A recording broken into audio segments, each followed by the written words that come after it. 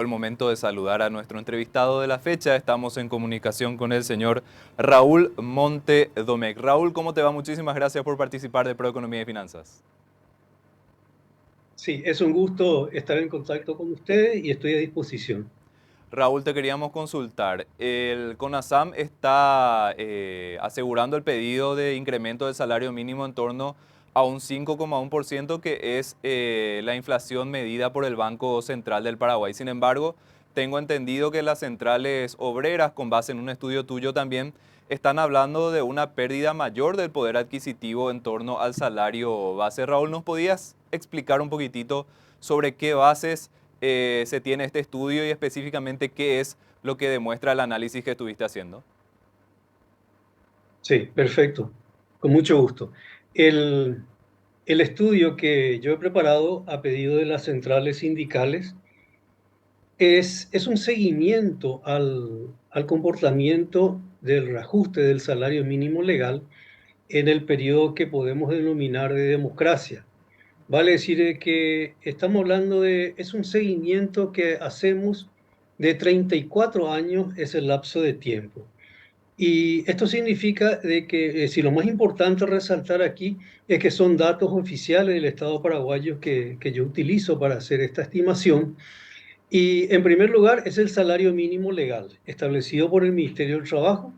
Y en segundo lugar es el índice de precio al consumidor del Banco Central en estos 34 años. Entonces, el estudio arranca del 1 de junio de 1989, que fue la fecha en que se decretó el primer reajuste salarial en democracia. ¿Por qué elegimos este periodo de tiempo? Porque a diferencia de años anteriores, es el periodo que el Paraguay está experimentando una democracia con todas las imperfecciones que tengamos, pero es un sistema democrático. Entonces se supone que los trabajadores y los consumidores, las personas en general, tenemos que vivir mejor en democracia, ¿verdad? Entonces, lo que hemos constatado en base a los datos oficiales, esto hay que aclarar bien, es lo siguiente. En junio del 89, el salario mínimo legal en el Paraguay era de 164.000 guaraníes. Voy a usar cifras redondas por una comodidad de exposición. Sí, señor. Al día de hoy tenemos que el salario mínimo alcanza 2.550.000, ¿verdad? Entonces, esto significa que en estos 34 años, primero el salario mínimo se reajustó 28 veces.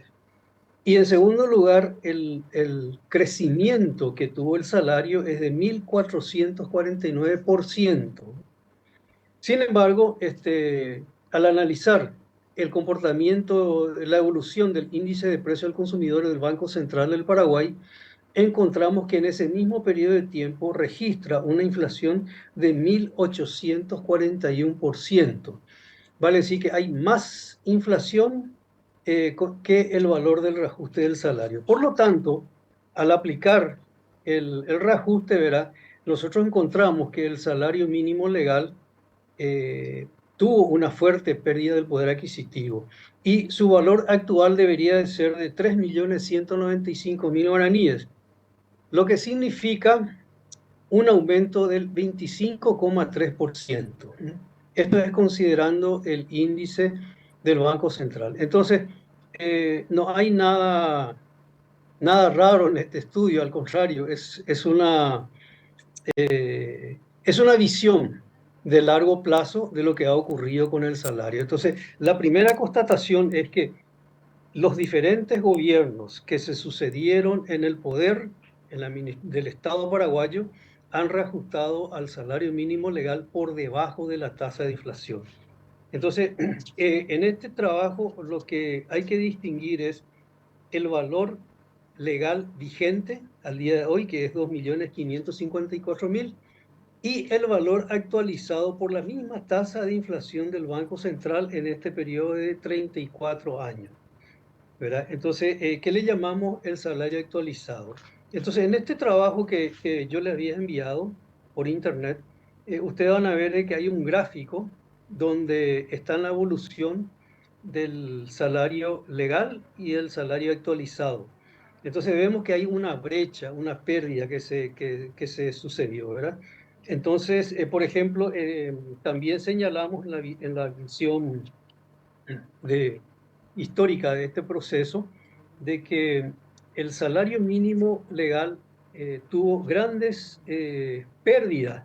Por ejemplo, la mayor que registra este estudio fue en el año 1996, donde el salario perdió 33% de su poder adquisitivo. Es decir, ese fue el pico más elevado. Y ahora, durante el actual gobierno del señor Mario Abdo Benítez, se registra un 25,3% de esa pérdida. La pérdida significa de que se traduce en menor capacidad adquisitiva del salario mínimo legal para los que reciben este valor de salario, y eso significa menos consumo, menos alimentación, menos vestimenta, menor gasto para la salud, etcétera, etcétera, ¿verdad? Entonces, esa es la evolución del salario y hay algunos factores que este estudio lo considera, ¿verdad? En primer lugar, eh, siempre sostuve y sigo sosteniendo que el índice de precio al consumidor del Banco Central es inadecuado para ajustar el salario de los trabajadores, porque el índice del Banco Central, si bien utiliza una metodología aprobada internacionalmente por los diferentes organismos económicos, es aplicable a todo un país, a toda la sociedad, pero no es aplicable al trabajador, porque la canasta, por ejemplo, de alimentos, el peso que tiene dentro de un presupuesto familiar es diferente a una persona que gana el salario mínimo a otra que puede estar ganando el equivalente a 10 o 15 salarios mínimos, ¿verdad?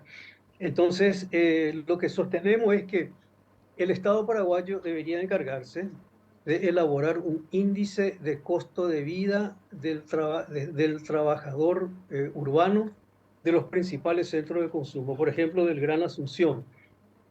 Entonces, un índice de costo de vida es lo más apropiado para reajustar el salario, lo cual, si es que tenemos como país, habría que modificar la ley, ¿verdad? Porque hay una ley que establece que el 1 de julio se reajusta el salario automáticamente sobre el índice del Banco Central, que como estoy diciendo es inadecuado, ¿verdad?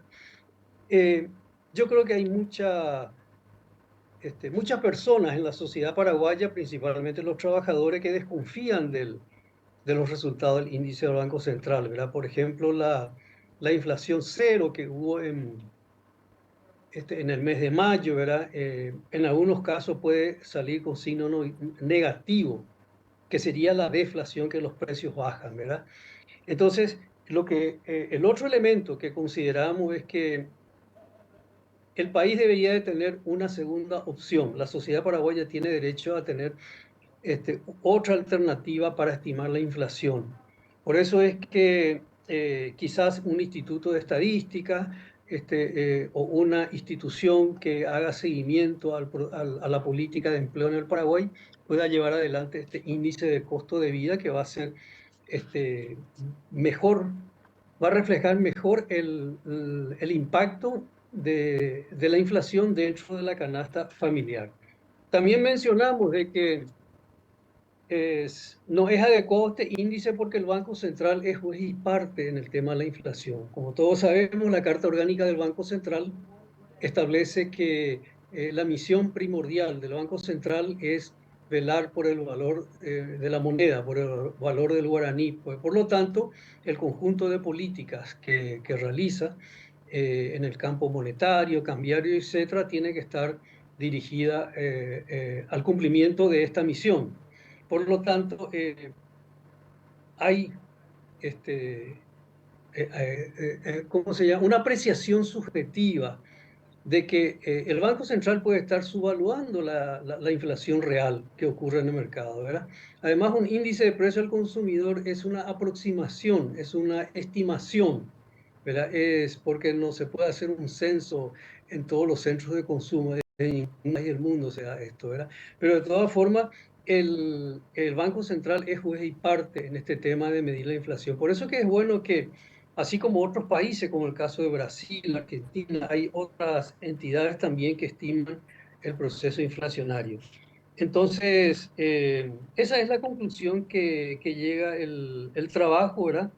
Y que finalmente en este trabajo, cuando uno analiza el tema del salario mínimo, eh, en economía es bueno utilizar el sentido común y preguntarse, por ejemplo, ¿puede una familia de cuatro miembros, el esposo, la esposa y dos hijos, por ejemplo, pueden vivir con un ingreso de 2.550.000, es decir, un ingreso bruto sin descontar pago de IPS y otras cosas, ¿no? Entonces, detrás de un salario mínimo, en este caso que estamos hablando, siempre hay toda una historia de vida de una familia, de un trabajador, porque tenemos que considerar dos aspectos fundamentales aquí.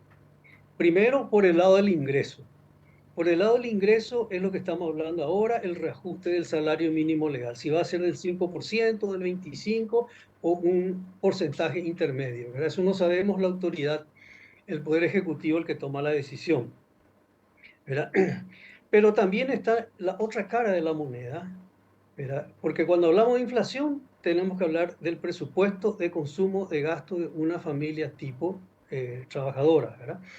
Entonces, el otro lado de la moneda es el gasto. Tenemos por el lado el ingreso y por el lado del gasto. Por el lado del gasto, tenemos que considerar un fenómeno que se ha dado en los últimos 30 o 40 años, que es que el Estado se ha retirado de muchos servicios públicos, básicos y socialmente importantes, ¿verdad?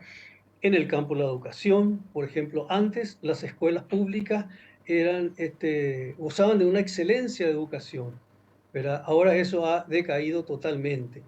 En el campo de la salud la situación es muy delicada porque si un trabajador o un familiar tiene una enfermedad grave como un cáncer o algo similar, lo más probable es que si tiene propiedades, que vendan esas propiedades para financiar, o de lo contrario vayan, crucen la frontera al Brasil o preferentemente a la Argentina, donde la Argentina encuentra atención gratuita del Estado, ¿verdad?